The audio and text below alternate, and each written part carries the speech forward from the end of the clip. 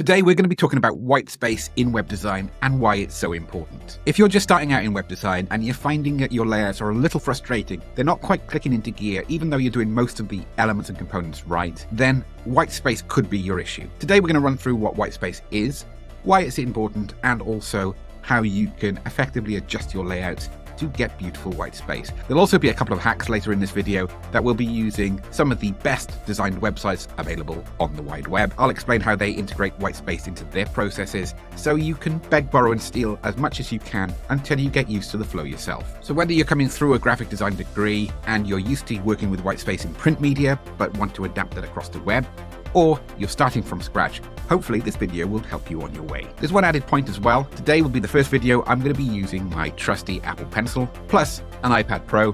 I'll be annotating live websites and showing things like consistency of space, where the gaps need to be, everything you need to make sure that we are creating high-level professional websites. I think it's the wannabe football manager in me. I want to annotate and break down on a tactical basis. Not sure if it's going to work. We'll give it a go anyway. Let's crack on. For our demonstration, we're going to be using 3 websites as in January 2024. I'm going to start with the Bauhaus Powerhouse Apple. I'm going to have a future video where I'm going to be covering Bauhaus and how that's influenced web design trends, in particular Apple, and that'll be coming very soon, probably before the end of this month. Then we're going to move across to Spotify, but not Spotify homepage because that main homepage is mainly the software for the player. And instead, I wanted to show you this audiobooks page because the colors really pop. It's got that 90s retro vibe, very colorful, very loud, and that's not going to be everyone's cup of tea.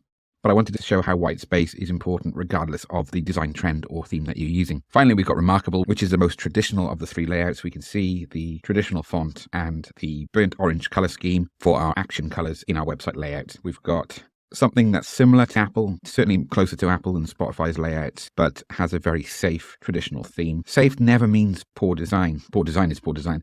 What we're finding here is that this is just a reassuring comfort food for the consumer, but we'll come back to that in a moment. So let's head back to Apple, and now I'm going to try this annotation process for the very first time. So focusing on white space, we can see already that we've got loads of white space to the left and right of our main protagonist in this layout. We're close to the launch of the Vision Pro, not all excited about that. You can see here that everything just draws you into that middle part of the image. When we start off in design, sometimes we're very nervous about allowing too much white space because we're trying to sell as much as we can. We're trying to pack in as much information into this hero unit as possible. But we should only be thinking of one call to action at a time. We've got signposting. This wouldn't be a call to action. That's our main navigation. That's to anchor people to the website and to make sure that they're comfortable navigating. As an experienced user, I'm browsing websites every day, as you'd hope. I would probably jump to this page.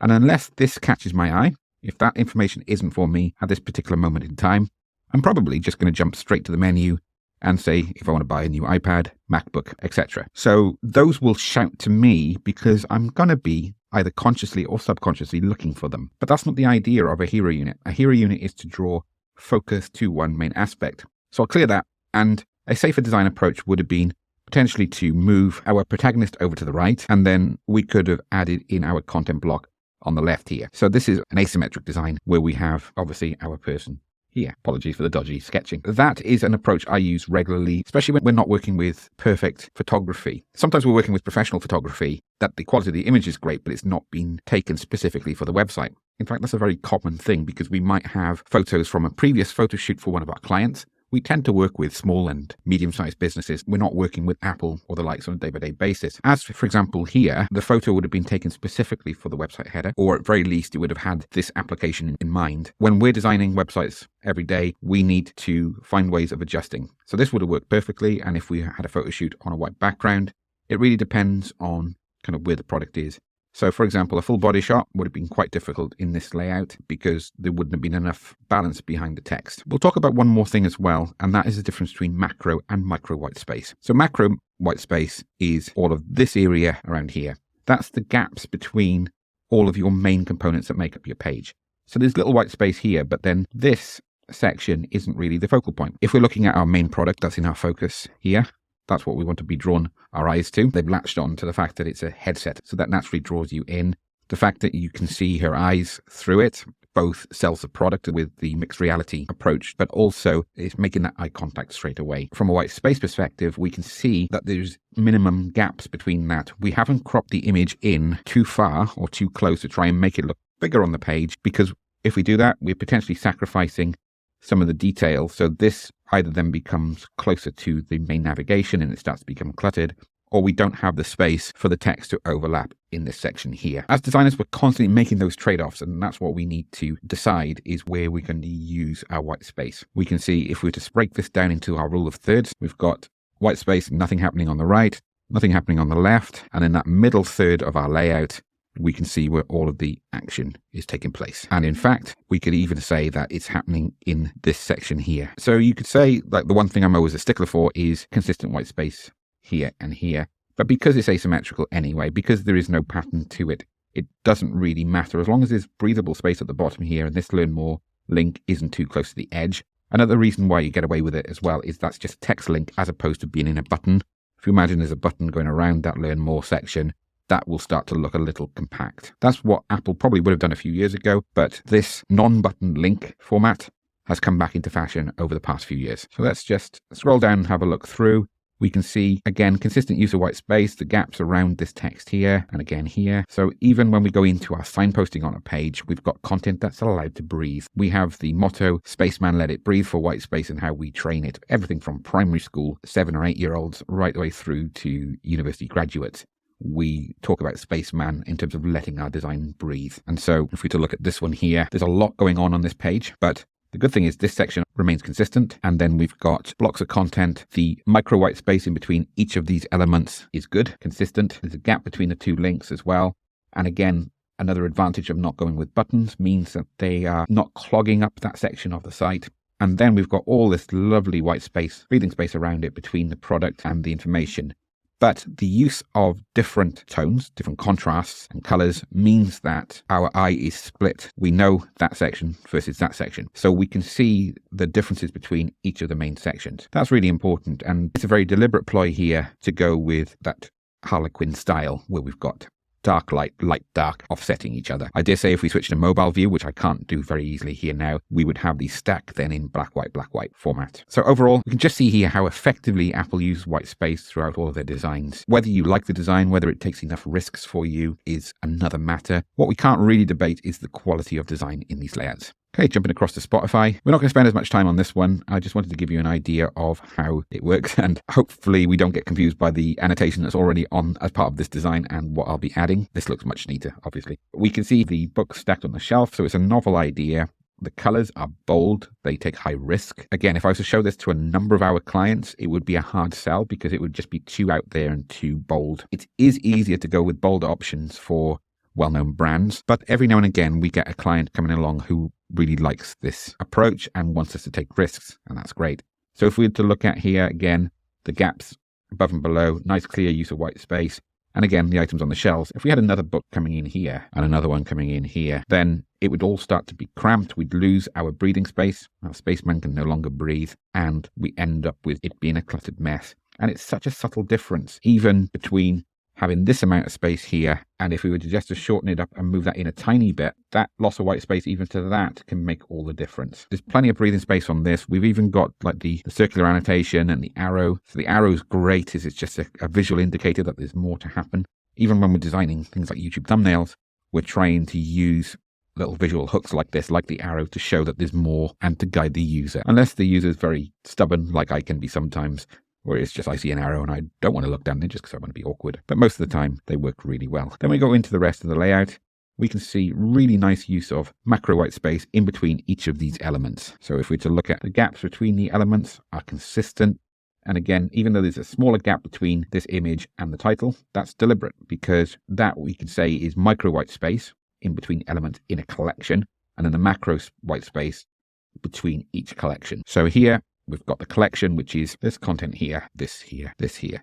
They're all part of the same set, so that's why they're all on this consistent color palette. They're on the blue background, and it allows the images to really pop in the example. And then we've got some extra macro white space then between each row. What we're looking for is consistency between each row. So that gap, if we were to scroll down, we'd want the same gap on the section below. Again, this really doesn't help. I should have looked at this as an example before annotating it because these are pre-built annotations in the design. But even though they're throwing out the white space, they're done for a reason, to draw attention to various aspects, but also to carry across this bold, retro, colourful theme. It's not quite scrapbooking, it's not quite 90s retro, but it definitely leans into a lot of that style. But what works really well is a really clear, legible font that just brings it back corporate enough. We've got the masthead at the top here, which is entirely on brand with Spotify, so it allows them to be creative with the rest of the page, but still tying into that overarching band. It's topped and tail with a header, with a masthead and a footer that cover that simple brand style. So let's jump across to our final one. This is the safest design of all three, and you could argue quite close to Apple's design as well. But as I said, that's not necessarily a bad thing. So this is the product page for the Remarkable 2 tablet, a great device that we have in our studio. And our creative director, Ken, uses this on a daily basis. You can really see that they love the product, which you'd hope, but also the fact that they want to convey that same visual look and feel. So everything feels almost like it's handwritten. So we can see the notes on the image here. So it's not just a tablet looking gorgeous and empty. It focuses on the content, and that's where we're drawn in as well. This would not work unless we had the white space surrounding it. Nice use of the shadow there, the drop shadow, to show that it's stood up on a desk, but everything else is really minimal and it just focuses on the product. And that's the challenge we have when the product is monochrome itself. The fact it's used on this light grey-silver backdrop separates it from the content, and that in itself creates our macro white space in between the image and the content section. We've then got our heading for the page. We've got a little bit of micro white space, and these lines again allow us to draw focus to this, one of the most important elements. We want to focus on the lowest possible price tag as opposed to the from, so you can see why that's in a thin font and not in bold. And here we've got then the review system as well. So that's one of very minimal use of color on this page, is to show the 5-star rating. That's why we always say to our clients, it's really important if you're looking for local rankings, is to make sure that you get a good healthy number of Google reviews in. Because if you can get 4.5 or 5-star rating on your Google homepage, that is a massive advantage over many other small businesses who don't take that element seriously. And also the use of color. We've got it for the cookies at the bottom here, but this is what we call an action color. So here they've got buttons in a lozenge, but we can see both the spacing around it really draws attention to that buy now option. There's not using any gimmicks, nothing flashing, jumping out of the page, because that wouldn't tie in with this remarkable, very restrained, comfortable brand style. But that burnt orange button is just enough to jump out of the rest of the monochrome page to draw focus to it, and then combining that with beautiful use of white space above and below the button, and of course left and right, that's automatically created by the image on the left, and then there's no need for content on the right. So as we wrap up, a couple of things. One thing I hadn't actually mentioned at the start, if you're confused as to why we call it white space, I think it might be easier to remember it as blank space. It doesn't matter what color the background of the site. So if this was on a dark background, we would still call this white space in between the elements. The macro white space is between each collection of content. So if we remove this, we can call this a collection here because the content all flows from one section to the other. You could argue that that's a collection there, and then this is a separate collection, and that's a third one below. I think we're just getting into the nitty-gritty there, and it doesn't really matter too much, especially as you're starting out. This would obviously be a collection over here. So the macro white space is the gaps in between each collection, and then the micro white space is the gaps between elements in a collection. We want to make sure that this has enough breathing space so we're not making it a frustrated viewing experience for our client. The content flows. If we're sending our clients down the river on a canoe, we want to make sure it's plain sailing, nice and smooth process from one part of the river to the next, as opposed to going down rapids where they're just concentrating on staying on board. Because I think it's fair to say that someone having a choppy experience on your website isn't going to be the thrill of the same for those who like high-risk pursuits. I might be up a certain creek without a paddle on that analogy, so we'll wrap it up there.